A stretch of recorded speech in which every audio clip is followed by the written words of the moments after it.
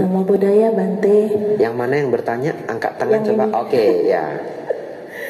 Nama budaya Bante. Nama budaya. Nama saya Sufina. Hari ini saya mau bertanya, ini titipan. Susina atau Sufina? Sufina. Oke. Ini titipan pertanyaan, disclaimer, nggak ada hubungan sama suami saya. Jadi gini Bante, ada pertanyaan, jika kita mempunyai pasangan yang sangat toksik, jadi contohnya pasangan kita mabuk-mabukan yang seperti itu, dalam arti kata terus menyakiti baik fisik maupun jiwa. Sebagai umat Buddha yang bijaksana, lebih baik kita bertahan dalam hubungan itu atau kita tinggalkan? Itu pertanyaan pertama.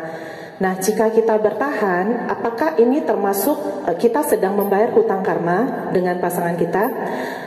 Dan jika kita memilih untuk meninggalkan, apakah membuat karma buruk yang baru? Karena saat menikah biasanya kita ada ikrar untuk bersama, apalagi kita punya anak seperti itu. Apakah akan membentuk karma buruk yang baru? Itu yang kedua.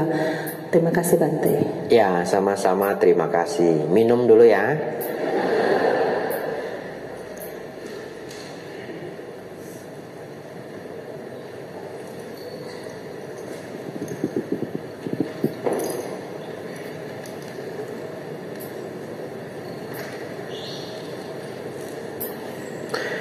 Baik, Bante, rumah tangga saya sangat buruk.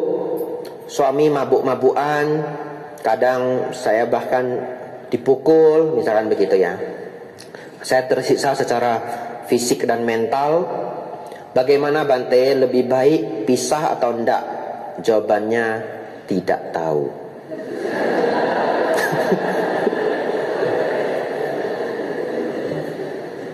Tidak tahu. Mai muiwa lah. Tauhin ya. Tidak tahu. Tapi kenapa dijawab tidak tahu? Case by case. Yang harus diperhitungkan terlalu banyak.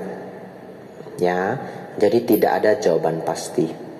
Kenyataannya ada yang tidak berpisah berakhir tragis. Ada yang tidak berpisah berakhir indah. Bingung ya? Jadi kita bagaimana memberi nasihat? Sangat case by case. Oleh karena itu jawabannya ada di tangan mereka. Baik, lanjut. Kalau tidak berpisah, masih pegang mic enggak? Coba dikasih mic. Nah, kalau tidak berpisah bagaimana tadi pertanyaannya? Kalau tidak berpisah, memilih untuk bertahan, apakah itu termasuk kita sedang membayar hutang karma dengan pasangan tersebut? Baik, jawabannya adalah tidak ada istilah hutang karma dalam Buddhis sebenarnya, ya. Tetapi buah karma buruk sedang berbuah. Belum tentu kita hutang sama si suami, belum tentu. Kemarin datang nggak? Ini Ci Sufina? Semalam datang Bante. Nah, kalau semalam itu bahasa Medan. Nah, ini biar dapat ilmu. Kalau sudah ke Jawa kita bilang semalam, mereka bingung. Nah, kemarin. Nah, Kak Jawa lang tampuk lah ya. Ya, oral popo. Ya, semalam betul ya. Tapi mereka masih ngerti semalam. Tapi kalau di Medan semalam itu dari pagi sampai malam. Kalau di Jawa Anda bilang semalam itu cuma berlaku kemarin malam ya. Ini biar Anda dapat ilmu ya. Ya, jadi kalau ngobrol sama orang di luar Medan pakainya kemarin. Nah, oke, Anda dapat ilmu kemarin ya. Lanjut. Semalam saya jelaskan satu fenomena orang yang berdana beras terus ya. Bukan berarti di kehidupan selanjutnya dia cuma dapat beras. Ya. Dan orang yang akhirnya membantu dia di kehidupan yang akan datang juga belum tentu si penerima beras. Jadi orang ini yang tersiksa oleh kelakuan suaminya, dia sedang karma buruk berbuah. Tapi apakah karena dia hutang sama suaminya? Tidak, belum tentu. Dalam dharma belum tentu. Jawabannya tidak tahu.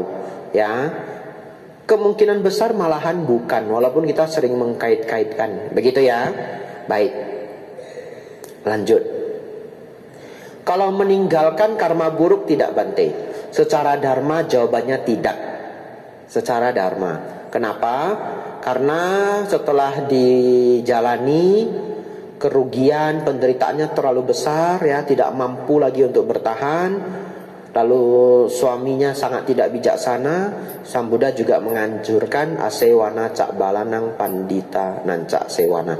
Walaupun syair itu bukan untuk masalah rumah tangga ya, tetapi Sang Buddha pernah mengatakan tidaklah bergaul dengan orang yang bodoh, dengan orang yang jahat, bergaul dengan orang yang bijaksana.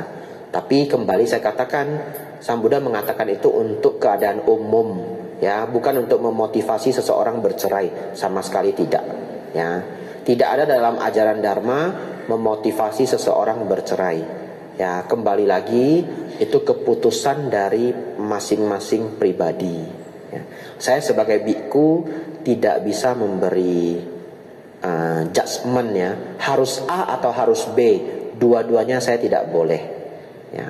Bahkan kalau sudah kasus real, orangnya sudah ada, minta konsultasi ke saya 4 mata atau 6 mata, saya tidak boleh mengatakan cerai aja Pak, cerai aja. Le bos ya kuih tahu lah. Wah kacek keliling cuan ini ya, 4 tu tiuk lang le bos yang kak le bos. Lu kok aitan kok ah? Mentan ya, taiwa coba iku leo. Ya, nggak boleh. Nggak boleh ya. Saya hanya bilang ya direnungkan ya. Pokoknya kita kasihlah, kalau A begini, kalau B begini ya. Kalau pisah konsekuensinya apa, tidak pisah konsekuensinya apa. Terakhir, bagi siapapun yang memutuskan menikah, perjuangkanlah keluarga Anda ya. Kasihan anak-anak, kasihan anak-anak ya.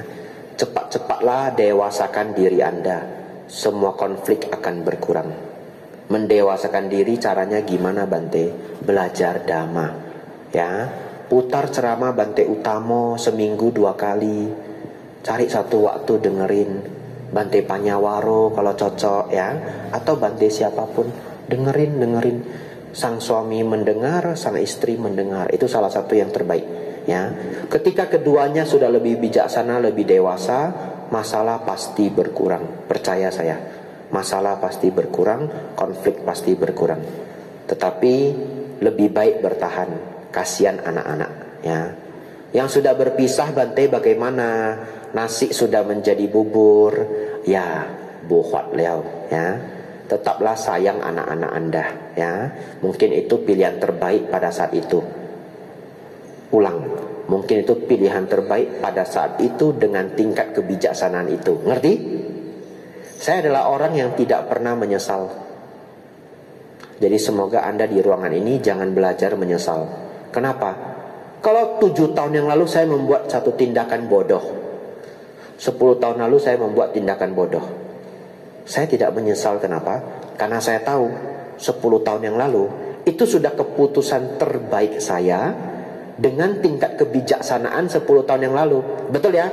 Hari ini saya menyadari itu bodoh, karena kita semakin bijaksana.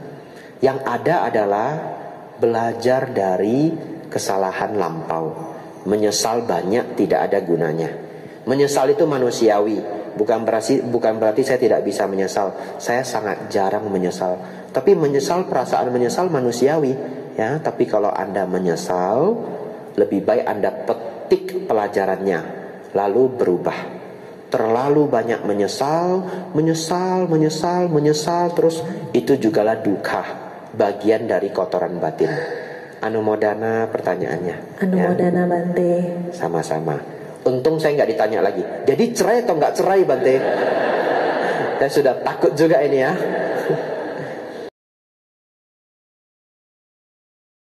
Jadi bagaimana kita meyakinkan bahwa hal yang kita berbuat itu positif dan sesuai dharma meskipun ditentang orang lain? Itu sih Anumodana, terima kasih. Baik, jawabannya simple, semuanya hafal. Kalau memenuhi kriteria baik secara dharma ya. Baik itu apa Bante? Bermanfaat bagi diri sendiri, bermanfaat bagi orang lain atau makhluk lain, tidak merugikan diri sendiri, tidak merugikan makhluk lain. Ya, itu cara ngitungnya.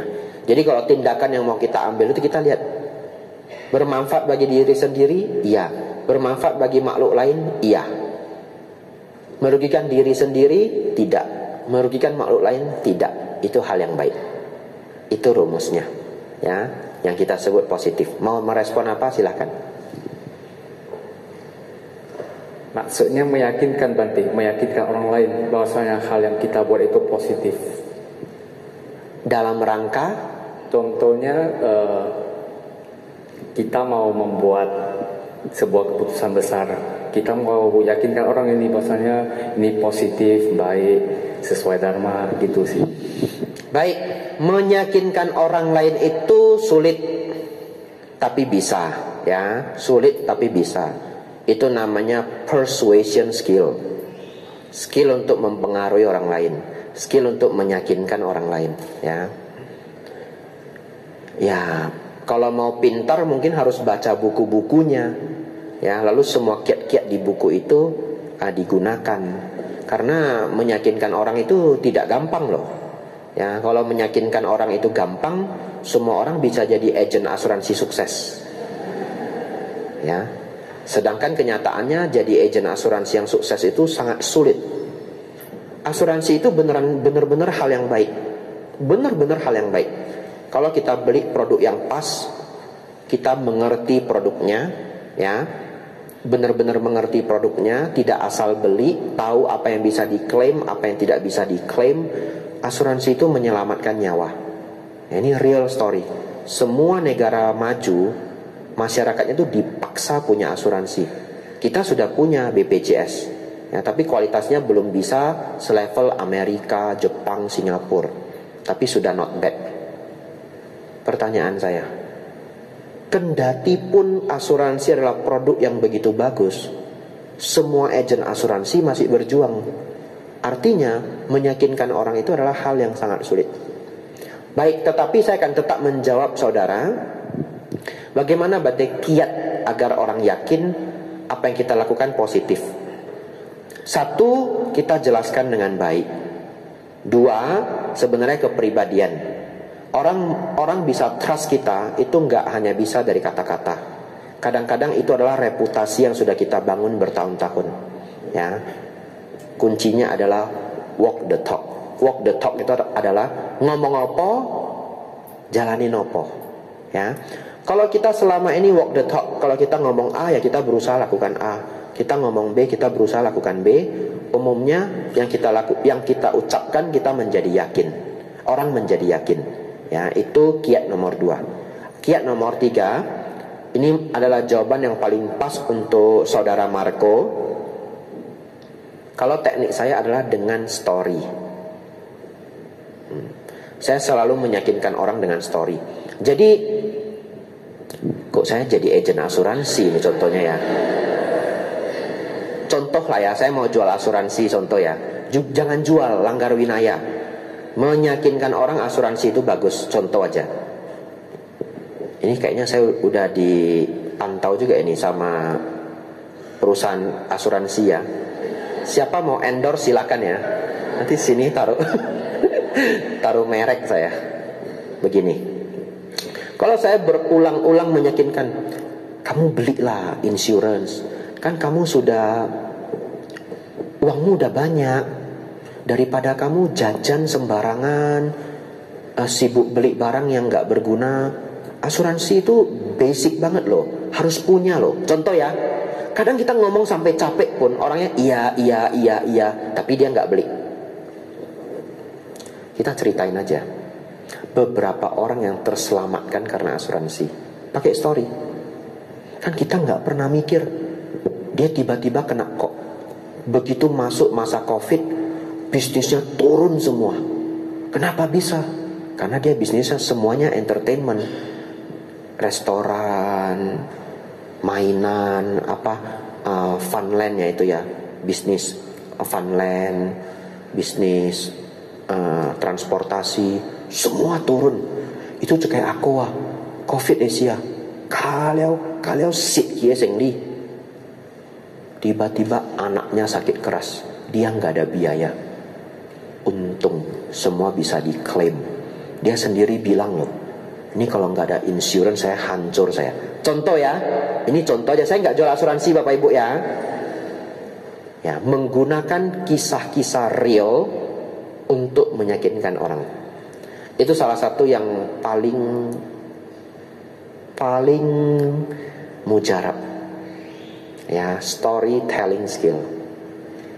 Dan juga sulit. Ya, jadi kembali saya katakan, meyakinkan orang itu sulit. Satu, dijelaskan dengan baik. Dua, kita sendiri konsisten agar kita punya reputasi orang yang trustable, bisa dipercaya. Yang ketiga, dengan menjelaskan story. Kadang itu jauh lebih baik daripada 1000 teori. Ya, ini yang terpikir saya ya, Saudara Marco. Ini yang terpikir saya. Bulir-bulir yang lain masih sangat banyak. Ya, anumodana pertanyaannya. Ya, silahkan selanjutnya. Tadi 3 yang pertama mana? Kayaknya ada ibu-ibu 2, Cici ini ya. Nah, silahkan. Ya, nanti Koko itu ya. Siapa? Nama yang... budaya Bante. Oke, boleh, silahkan. Orangnya yang mana? Oke, habis itu Cici ini ya. Silahkan. Izin bertanya tentang meditasi. Kenapa meditasi itu agak sulit Bante? Sama kalau perasaan meditasi Bante gimana ya? Baik. Makasih Bante. Sama-sama. Jawabannya, meditasi itu memang sulit. Ya, memang sulit. Kenapa? Karena pikiran kita sangat suka mengembara. Jadi mau meminta pikiran itu untuk diam sungguh sulit. Tapi meditasi itu adalah high level skill, skill tingkat tinggi, ya. Skill tingkat tinggi itu walaupun sulit kita perjuangkan, ya. Ini Dedek namanya siapa? Felicia. Felicia bisa Mandarin enggak? Bisa bahasa Inggris pinter? Sedikit. Oke. Setuju enggak bahasa Inggris sulit? Setuju ya? Kalau nggak sulit kan sekarang sudah fasih, betul ya? Kan fasihnya Mandarin, ya. Sama, saya juga nggak bisa Mandarin, bisanya Inggris, cuma dapat 1, ya. Bisa dua-duanya itu sangat sulit. Dan banyak anak kecil yang bisa dua-duanya, bahasa Inggris jago, bahasa Mandarin jago, jatuhnya apa? Bahasa Indonesianya yang tidak bagus, betul? Nah, itu mau dapat semua sulit. Tapi begini, bahasa Inggris sulit nggak? Sulit. Tapi worth it enggak kalau kita mampu Mandarin, kita mampu bahasa Inggris, worth it. Mandarin sulit enggak? Sulitnya minta ampun, ya. Saya juga belajar. Ni ma, apakah Anda lapar? Nah, harus kayak kalimatnya macam malas kok lah. Ya. Jadi sulit. Tetapi sesuatu yang berharga, high level skill, kendati pun sulit kita perjuangkan. Saya tidak bisa menjawab secara lengkap karena waktunya tidak cukup. Ya, Felicia tadi namanya. Nah, saudari Felicia, cek di YouTube nama channelnya Sikadama Sriwijaya. Silakan cek ya. Anda yang bawa HP boleh keluarkan. Sikadama Sriwijaya. Cari video judulnya Bagaimana Bermeditasi dengan Baik. Itu rekaman ngajar Dharma di Palembang mengenai meditasi 1 jam, ya. Nanti di situ menjawab semuanya. Kenapa meditasi sulit? Karena pikiran kita sangat suka mengembara. Dan nanti bagaimana kita menghadapinya. Begitu ya. Ya, itu saja mewakili jawaban saya. Nanti pulang ditonton Sikadama Sriwijaya. Ya, CC sama Dede ini. Silakan Cici ini.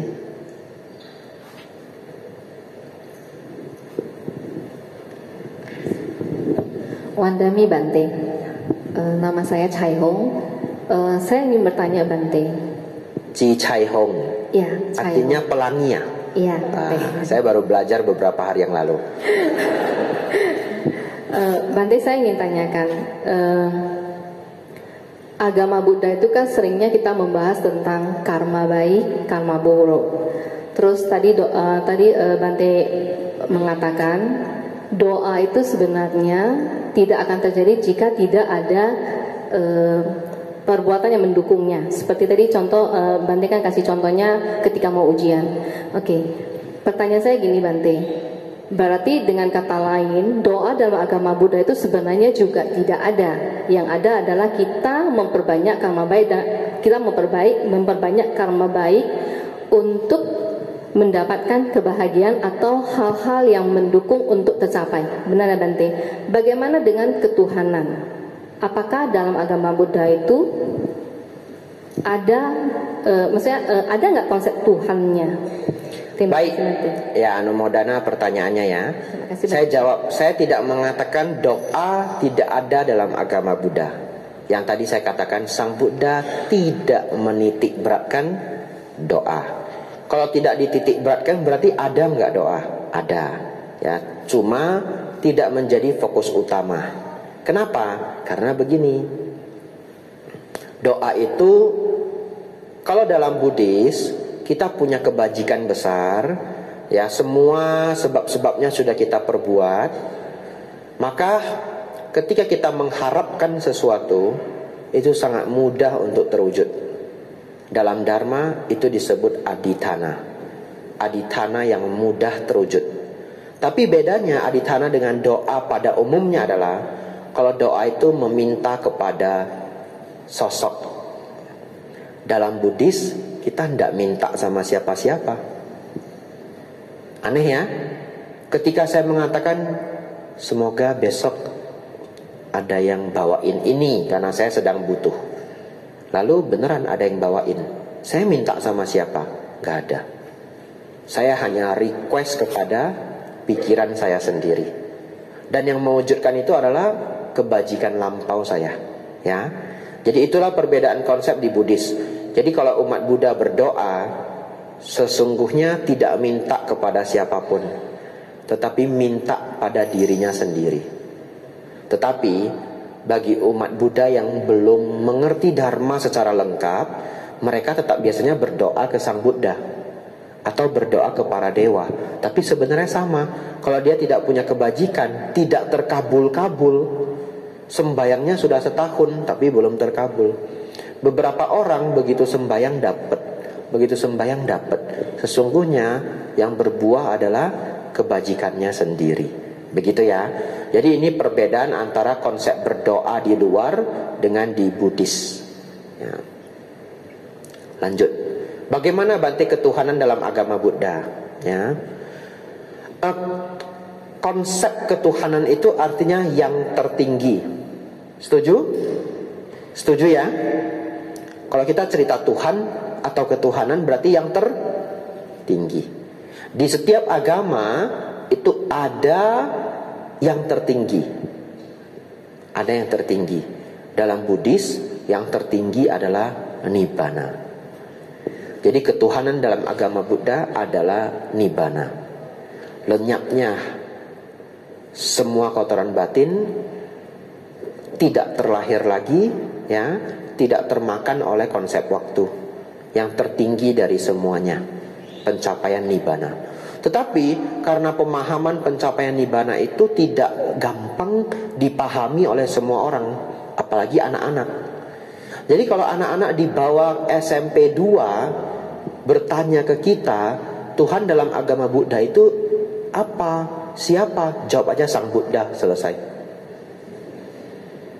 Jawab aja Sang Buddha. Mungkin saya akan dikritik setelah ini, tapi bagaimana Anda menjelaskan Nibbana ke anak kelas 2 SD? Betul nggak?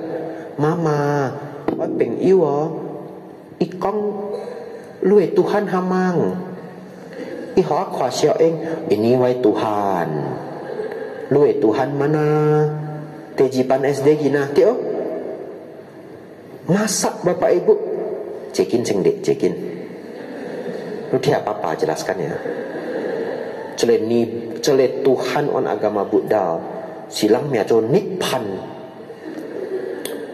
Cele Nippan si cele oksim tamsim cele ego sik gila. Cobalah sama kelas 2 SD.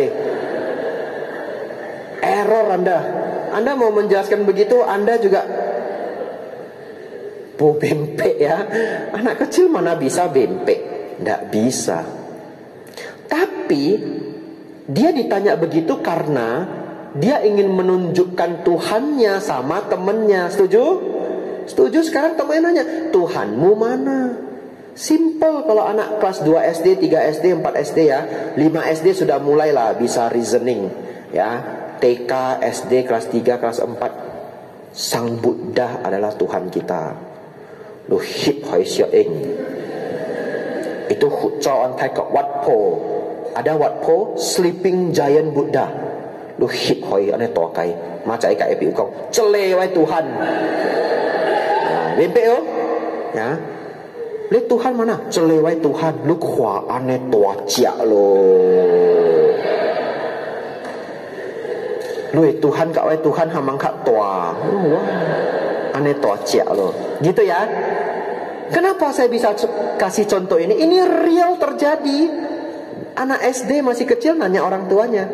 Tapi kalau mereka sudah bisa reasoning, ya, sudah bisa pemahaman, jelaskan. Yang tertinggi adalah pencapaian nibbana, lenyapnya semua kotoran batin, ya, tidak terpengaruh lagi oleh sakit tua dan kematian, kebahagiaan tertinggi. Anda jelaskanlah konsep ketuhanan, dan yang mencapai nibbana disebut Buddha atau arahat. Jadi sebenarnya itu adalah jawaban yang sama. Tapi kalau ke anak kecil, Anda nggak perlu jelaskan kualitas dari seorang Buddha, ya. Jadi yang 100% benar adalah kualitas kebudaan. Itulah Tuhan dalam agama Buddha, ya. Kualitas kebudaan. Tapi kalau orangnya sulit mengerti, Tuhan kita adalah Sang Buddha. Selesai. Ya. Sedikit kontroversial, tapi saya yakin Anda membutuhkannya. Ya, sia-sia pertanyaannya. Ya, Anumodana. Ya, Koko di belakang silakan. Ini sampai jam berapa? Jam 10. Saya ikut aja ya. Kan panitia kalau blacklist wah lu lang salah ya. Lanjut silakan Ko. Nama budaya Bante. Nama budaya. Ada pertanyaan, namun pertanyaan ini bukan berasal dari saya sendiri, tapi berdasarkan dari pertanyaan orang lain. Boleh. Oke Bante, berdasarkan ceramah Bante kemarin malam, dari karma tidak turun ke anak, bahwa karma tidak turun ke anak, bagaimana pandangan Buddhis mengenai apabila orang tua berbuat buruk, namun citra buruk atau rasa malunya jatuh ke anak hingga dia dibully, hingga dia stres, hingga dia terkena mental. Itu pertanyaan pertama Bante. Satu dulu ya. Satunya pun amsyong ya. Aneh kangko lah kau dua kok. Baik. Jawabannya Lim Cui Seng ya.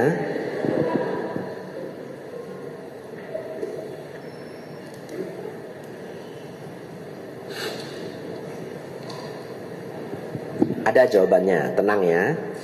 Sudah ada di pikiran.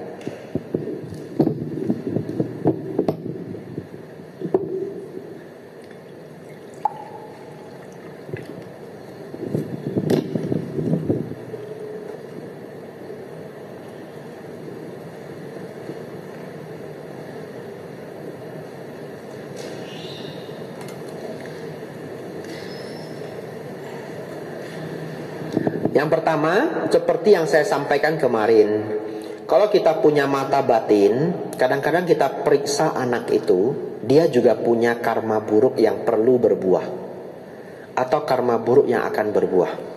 Ya, misalkan orang tua terhukum masuk penjara, anak-anak ikut malu. Ya, orang tua masuk, ayah atau ibunya masuk penjara, itu adalah karma dia yang berbuah. Tapi sebagai anak merasakan malunya, itu adalah karma anak yang berbuah. Karena dalam keluarga sangat sering ada yang namanya karma kolektif, ya, sesuatu yang dulu dikerjakan bersama. Barangkali kalau kita mau buat simulasinya, misalkan di kehidupan lampau, ya walaupun kehidupan lampau tidak ada handphone, tapi contoh aja ya. Contoh di kehidupan lampau, si ayah itu yang memukul orang, si anak itu yang merekam kegiatannya, ngerti ya? Ya, jadi ketika berbuah, si ayah masuk penjara, anaknya merasakan malunya. Dan kadang-kala merasakan malu itu juga sangat berat. Sama, kadang-kadang orang yang dipukul itu rela dia dipukul. Mungkin dia masuk rumah sakit 1 bulan sembuh. Tapi yang menjadi sangat berat bagi dirinya adalah ketika dia diinjak, ya, ketika dia diminta menggonggong seperti seekor anjing lalu direkam, itu malu dia seumur hidup, ngerti? Jadi kadang pelaku utamanya yang terhukum, anaknya ikut malu, kadangkala itu juga adalah karma buruk berat di kehidupan lampau yang sedang berbuah. Itu logika yang pertama. Logika yang kedua, di dunia ini kita bisa memahami sebab akibat ke dalam 2 kategori. Satu, sebab akibat dharma. Kedua, sebab akibat dunia. Lanjut. Kalau sebab akibat dharma, ini berhubungan dengan cara kerja hukum karma. Contoh, misalkan seseorang membunuh, secara dharma dia bisa terlahir lagi di kehidupan selanjutnya, pendek umur atau sakit-sakitan. Oke? Itu dari kekuatan hukum karma. Dia membunuh, dia terlahir sakit-sakitan, atau di kelahiran berikutnya dia pendek umur. Tetapi kalau dampak dari kehidupan itu kadangkala tidak berhubungan dengan hukum karma. Saya kasih contoh. Seseorang bawa mobil, tidak sengaja dia menabrak seseorang. Katakanlah tidak sengaja dia menabrak seorang anak kecil, meninggal. Pertanyaan saya, ada nggak karma buruk secara dharma? Jawabannya tidak. Karena pelajaran kita yang kemarin disebut karma kalau ada niat, kesengajaan, ya. Dia tidak ada sengaja. Bahkan anak kecil itu yang lari tiba-tiba ke tengah jalan tertabrak, tidak ada kesengajaan. Secara dharma dia tidak ada akibat karma. Tidak karena dia tanpa sengaja menabrak anak kecil itu meninggal, dia akan terlahir pendek umur atau jatuh ke neraka atau sakit-sakitan, tidak ada. Tetapi pertanyaan saya, kendati pun dia tidak sengaja, bahkan yang salah adalah anak itu, bisa enggak dia mendapatkan dampak dunia? Jawabannya bisa. Dia bisa dicegat warga, dia bisa dimasuk penjara, ya toh? Masuk penjara 4 bulan. Walaupun tidak sengaja, kadangkala dimasukin penjara juga. Ya, masuk penjara 4 bulan dan sebagainya. Kalau sial bisa dihajar massa. Kalau di Indonesia, itu kita sebut dampak dunia. Walaupun kalau mau dikaji lebih lanjut, dampak dunia itu pun adalah karma buruk lain yang berbuah. Ya, kalau mau dikaji lebih lanjut. Iya, itu pemahaman dari karma orang tua tetap tidak turun ke anak. Karma dharma. Ya, tapi kalau kita bilang karma dunia, itu bisa kena ke anak. Orang tua yang berbuat malu, anak ikut malu. Itu adalah karma dunia. Maksudnya apa, Bante? Contoh, ayahnya mencuri. Secara dharma kalau seseorang mencuri, misalkan yang paling dekat itu adalah dia akan hidup susah di kehidupan lampau, di kehidupan selanjutnya, ya, hidup melarat, hidup susah cari rezeki. Itu nggak turun ke anaknya, karena itu adalah karma dharma. Tetapi dampak dunia tetaplah ada. Ya, dia ditangkap, anak bisa ikut malu. Sejauh ini bagaimana responnya? Sudah bisa diterima dengan logika. Ya, saduh ya. Anumodana. Anumodana. Pertanyaan nomor 2. Ya. apakah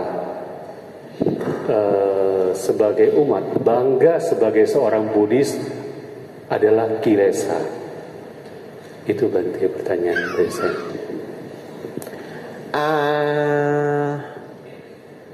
Jawabannya bisa menjadi penghalang di tingkat advance. Itu tingkat advance. Advance itu artinya tingkat mahir, ya. Dalam artian begini, kalau dia bangga sampai mendengar sedikit kritik saja, orang mengkritik ajaran Buddha dia menjadi marah, itu menjadi kotoran batin, ya. Tetapi di level pemula, kebanggaan itu perlu. Betul ya? Kebanggaan ini dalam Dharma Sang Buddha masukkan dalam bahasa Pali yang disebut mana, M-A-N-A.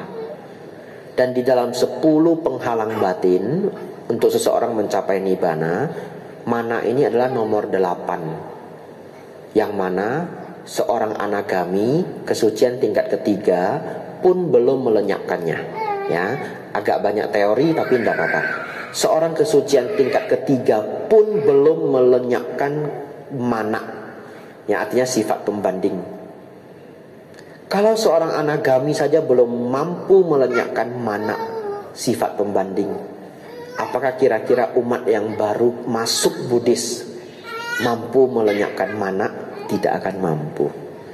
Kalau mau ditanya secara langsung seperti ini, apakah Bante sifat bangga terhadap agama Buddha itu adalah kotoran batin? Jawaban saya, bisa punya potensi. Belum tentu juga, tapi bisa jadi potensi, ya. Orangnya harus punya kebijaksanaan yang lebih lanjut. Nah, oleh karena itu Sang Buddha pernah mengajarkan seperti ini. Nah, ini Bapak Ibu dengar semuanya, ya, agar potensi itu luntur. Sang Buddha mengatakan, apabila seseorang mengkritik ajaran Dharma, apabila seseorang mengkritik Dharma, Anda tidak selayaknya langsung menjadi marah, ya. Dengarkanlah kritik tersebut dengan baik. Apabila kritik itu salah, katakan itu salah. Apabila kritik itu benar, maka kita ambil sebagai pelajaran, ya. Walaupun yang setahu saya Dharma itu tidak ada celahnya, ya. Kalau sampai dikritik kita merasa yang dia bilang benar, mungkin kita yang kurang belajar, ya. Tapi kita cerita sikapnya. Lanjut. Lalu Sang Buddha mengatakan, apabila seseorang memuji Dharma, maka Anda pun harus mendengarkannya dengan baik. Apabila pujian yang dia katakan itu benar, maka katakanlah pujian itu benar. Namun apabila pujian itu yang dia katakan tidaklah benar, katakanlah pujian itu tidak benar. Ya. Kadang-kala orang bisa memuji Dharma, tapi yang dia puji itu sebenarnya bukan Dharma, tapi dia pikir itu Dharma. Ngerti ya? Ya. Oleh karena itu, Sang Buddha mengajarkan ini sebagai obat, antidot, agar kita tidak jatuh ke dalam kotoran batin, kendati pun senang dengan ajaran Dharma, ya. Lanjut. Tetapi di sisi lain, Sang Buddha juga pernah mengatakan begini, di antara semua kotoran batin, mana sifat pembanding ini adalah satu-satunya kotoran batin yang masih memberi manfaat di tahap awal. Aneh ya. Jadi kalau kilesa yang lain itu udah gak ada manfaatnya. Kemarahan, keserakahan, kecemburuan, ego, gak ada. Tapi sifat pembanding ini sering loh malahan mendorong prestasi kita. Contoh, dia kok juara 1 terus ya? Kapan saya juara 1? Betul? Itu pembandingan enggak? Pembanding. Dia kok bisa hebat begitu ya? Saya pun harus hebat seperti dia. Ada kilesanya? Kalau nggak hati-hati kita cerita Dharma advance, ada, ya. Tetapi di tahap awal itu bermanfaat. Di tahap akhir itu harus ditinggalkan. Begitu kok ya? Ada responnya? Silahkan. Tidak ada. Anumodana Bante. Syukur. Takut juga saya, ya. Pertanyaannya cukup sulit. Anumodana ya. Ya, sia-sia. Tutup ya. Oh, ada bapak satu angkat tangan tiba-tiba. Boleh. Terakhir ya, silahkan Pak. Anumodana Bante. Sama-sama. Ini saya mau bertanya, apabila kita mendapat suatu fitnahan yang sangat maksudnya tidak kita lakukan dan berpotensi memperburuk nama baik kita. Jadi yang sebagai kita umat Buddha ini, apakah ini kita biarin atau ya itu anggap aja karma buruk kita masa lampau itu berbuah, atau kita harus mengklarifikasi sehingga itu tidak terjadi untuk yang lebih parah diketahui semua orang ya. Jadi itu pun bisa menambah kilesa kita, karena mungkin kita klarifikasi bisa marah karena kita nggak melakukannya. Jadi sebagai umat Buddha kita harus bagaimana menyikapi hal seperti ini. Mohon pencerahannya Bante. Terima kasih. Baik. Ini jawaban saya pribadi ya. Saya tidak mewakili seluruh ajaran Dharma untuk hal ini.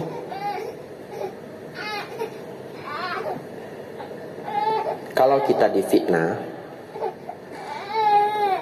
tidak ada satu jawaban pasti yang bisa saya berikan.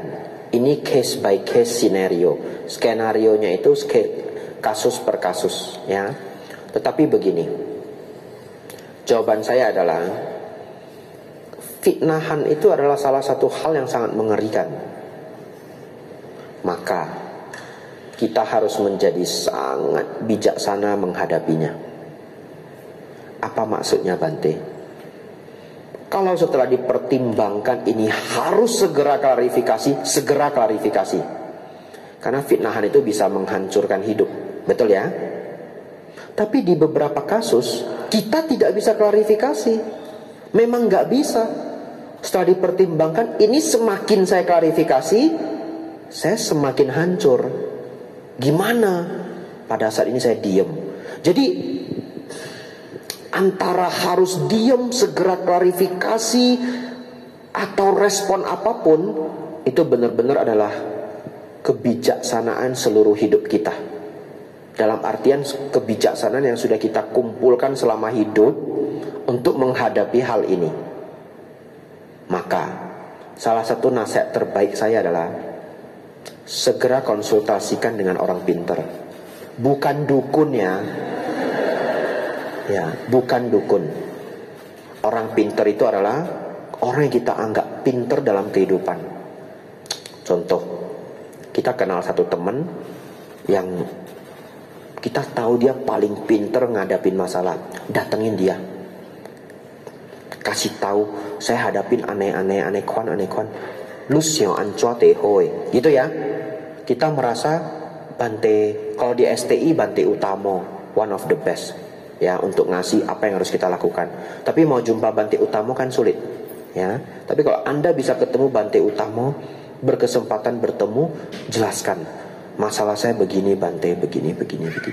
Beliau sangat pintar memberi solusi yang luar biasa. Dan itu sangat kasus per kasus Pak. Ya, saya tidak bisa menjawab. Klarifikasi aja. Apapun alasannya, nggak bisa juga. Diam aja, nerimo, karma buruk berbuah, enggak juga. Ya, tapi saya berikan satu contoh.